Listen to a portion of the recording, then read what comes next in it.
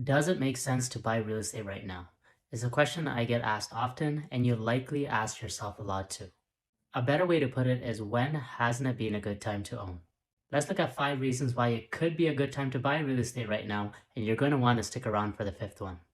First off, financially it needs to make sense. Along with the purchase price, what you're essentially buying is a monthly payment. Yes, rates are high and prices are down, but does the monthly mortgage payment, along with taxes and utilities, fall within budget?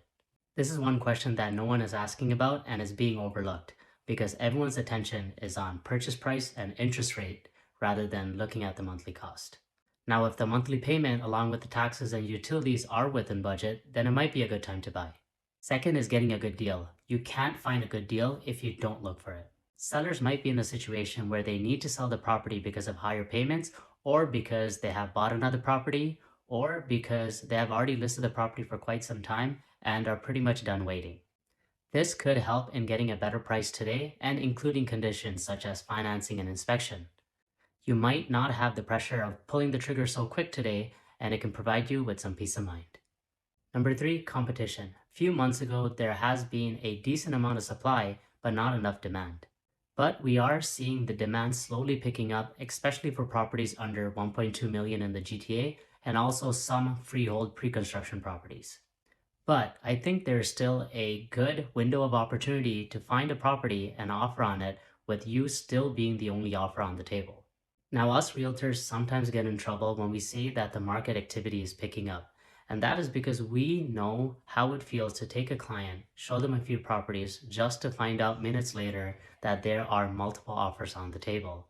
And now, once that property sells, unfortunately, and usually that price unfortunately becomes the new benchmark price, which could lead to the buyer looking elsewhere, completely giving up on the search, or changing the criteria completely and looking for something in a smaller budget.